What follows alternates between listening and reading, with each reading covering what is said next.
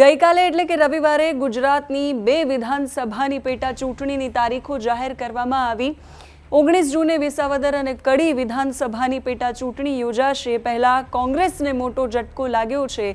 ધારાસભ્ય જિગ્નેશ મેવાણીએ પ્રદેશ નેતાગીરીને કડી વિધાનસભા માટે સોંપેલી જવાબદારી સ્વીકારવાનો ઇનકાર કર્યો છે। કોંગ્રેસને આ સૌથી મોટો ઝટકો છે। વાત કરીશું જિગ્નેશ મેવાણીએ કેમ ઇનકાર કર્યો છે એના વિશે। નમસ્કાર, આપની સાથે હું સેજલ।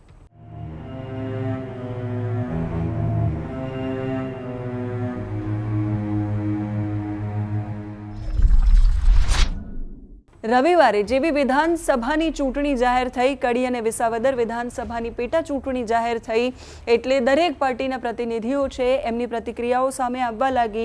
યશોદાન ગઢવી બોલ્યા, ગોપાલ ઇટાલિયાએ પણ પ્રતિક્રિયા આપી, જીતનો દાવો વ્યક્ત કર્યો।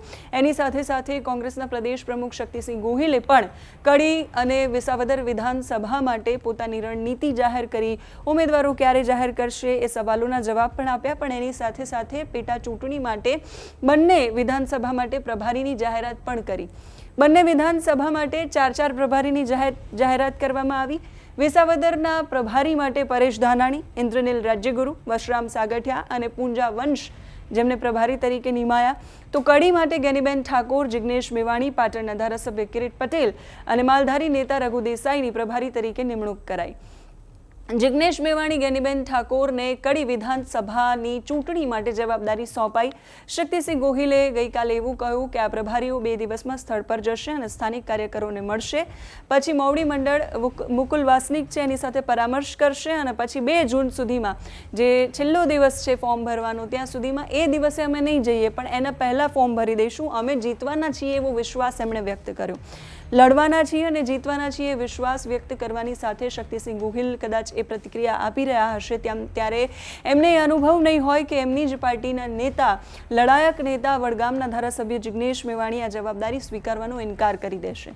ગુજરાતમાં જે પરિસ્થિતિ છે એની સામે લડવાની એને વાસ્તવિક જે લોકોની જરૂરિયાત છે એને પહોંચી વળવાની વાતો શક્તિસિંહ ગોહિલ કરી રહ્યા હતા અને પ્રભારીઓની નિમણૂકના નામ એ બહુ જ ગર્વથી લઈ રહ્યા હતા। પણ સૂત્રો પાસેથી મળેલી માહિતી પ્રમાણે ધારાસભ્ય જિગ્નેશ મેવાણીએ પ્રદેશ નેતાગીરીને મોટો ઝટકો આપ્યો છે। અમરેલીમાં જે ઘટના બની એ ઘટના પછી જિગ્નેશ મેવાણી પોતાના જ પક્ષ સામે નારાજગી દર્શાવી રહ્યા છે। અમરેલીમાં નિલેશ રાઠોડ નામનો એક યુવક છે જે દ્વારકાધીશ નામની દુકાને, અમરેલીના લાઠીના જરખિયા ગામમાં એ રહે છે અને ત્યાં દ્વારકાધીશ નામની દુકાનમાં એ વેફર અને બાકી બધી વસ્તુઓ લેવા જાય છે। મિત્રો સાથે છે, 3 બીજા લોકો પણ એની સાથે છે।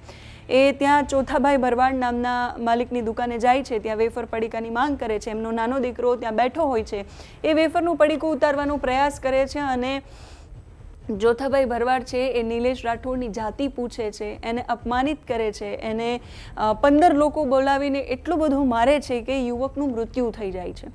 આ ઘટના બન્યા પછી જિગ્નેશ મેવાણીએ બહુ જ બધો આક્રોશ વ્યક્ત કર્યો છે કે આજે પણ દલિત સમાજના દરેક કામોમાં એમનો ઉપયોગ કરવામાં આવે છે, પણ જ્યારે એમને જરૂર હોય છે ત્યારે કોઈ જ નથી બોલતું। એમના નામે વોટ લેવા નેતાઓ ઘરે આવે છે, પણ એમની સાથે જ્યારે દુર્ઘટના બને છે ત્યારે નેતાઓ દેખાતા પણ નથી। રાજ્યની અંદર ઘણા બધા નેતાઓ એવા છે કે જે એ જ સમાજમાંથી ચૂંટાઈને આવ્યા છે, પણ એમના માટે જ્યારે બોલવાનું આવે છે ત્યારે નથી બોલતા અને જિગ્નેશ મેવાણીએ આ જ મુદ્દે પોતાની નારાજગી દર્શાવી છે। પોતાના પક્ષની પણ એ વાત કરી રહ્યા છે કે તમે જોઈ લો, મારા સિવાય બાકી કોઈ પણ વ્યક્તિ બોલતું હોય તો। એટલે જિગ્નેશ મેવાણીએ નવી જવાબદારી સ્વીકારવાનો ઇનકાર કરી દીધો છે અને કોંગ્રેસ માટે આ સૌથી મોટો ઝટકો કહી શકાય। કડી વિધાનસભાની પેટા ચૂંટણી માટે પણ પ્રભારી નિમાયા છે। ગઈકાલે બંને વિધાનસભાની પેટા ચૂંટણી માટે જવાબદારી સોંપાઈ હતી, પણ આજે હવે જિગ્નેશ મેવાણીએ પ્રદેશ નેતાગીરીને મનાઈ ફરમાવી દીધી છે। એટલે હવે કડી વિધાનસભામાં પ્રભારી તરીકેની જવાબદારી નહીં સ્વીકારવાના નિર્ણયને શક્તિસિંહ ગોહિલને પણ અવગત કરાવી દેવાયા છે। આ નિર્ણયથી અગાઉ જિગ્નેશ મેવાણી અનેક વખત પક્ષથી નારાજગી દર્શાવી ચૂક્યા છે। ગુજરાતની 2 વિધાનસભા બેઠક, કડી અને વિસાવદર વિધાનસભા, જેમાં 19 જૂને ચૂંટણી છે। ચૂંટણીમાં હવે 24 દિવસ બાકી છે। જ્યારે અમે આ વિડીયો શૂટ કરી રહ્યા છીએ ત્યારથી એ 24 દિવસ પહેલાં જિગ્નેશ મેવાણીએ સૌથી મોટો ઝટકો એ આપ્યો છે। હજુ તો ઉમેદવારો નક્કી કરવાના બાકી છે, પણ જે પ્રભારી નિમાયા છે, જે કાર્યકરોમાં જોમ જુસ્સો પૂરી શકે એવું એક વ્યક્તિત્વ છે ગુજરાત કોંગ્રેસની પાસે, જે લડાઈ કરે છે, જે દરેક મુદ્દા પર પોતાનો પ્રતિભાવ અને પ્રતિક્રિયા આપે છે, પોતાનું મંતવ્ય રજૂ કરે છે, સમાજના પ્રશ્નો મુદ્દે બોલે છે, બાકી બધા સમાજના પ્રશ્નો મુદ્દે બોલે છે, એ જ વ્યક્તિત્વએ હવે પ્રભારી તરીકેની જવાબદારી સ્વીકારવાથી ઇનકાર કર્યો છે. કોંગ્રેસને આ ફટકો કેટલો નડશે એ જોવાનું રહેશે, પણ જિગ્નેશ મેવાણીએ પોતાની નારાજગી તો દર્શાવી છે. આજથી ફોર્મ ભરવાની શરૂઆત થઈ ગઈ છે. 23 જૂને મતગણતરી થશે. 19 તારીખે મતદાન થવાનું છે. વિસાવદરની જનતા આ વખતે કોના પર પસંદગીનું કળશ ઢોળે છે એ બહુ જ જોવું રસપ્રદ રહેશે, કેમ કે ભારતીય જનતા પાર્ટી છેલ્લી 2 ટર્મથી પોતાના ઉમેદવારો ત્યાં જીતાડી નથી શકતી. ભારતીય જનતા પાર્ટી માટે બૂથ મેનેજમેન્ટ કરે કે બાકી કોઈ પણ વસ્તુઓ કરે એ આ એટલું બધું કારગર સાબિત નથી થયું છેલ્લી 2 ટર્મમાં. એટલે આ વખતે બીજેપી નવું શું લઈને આવે છે એ પણ જોવાનું રહેશે. કોંગ્રેસને આ મોટો ફટકો છે, એમાંથી કઈ રીતે બહાર આવે છે અને કયા ઉમેદવારને લાવે છે એ જોવાનું પણ રસપ્રદ રહેશે. તમે શું માની રહ્યા છો એ કમેન્ટ કરીને કહેજો. અત્યારે આ વિડીયોમાં બસ આટલું જ. નમસ્કાર.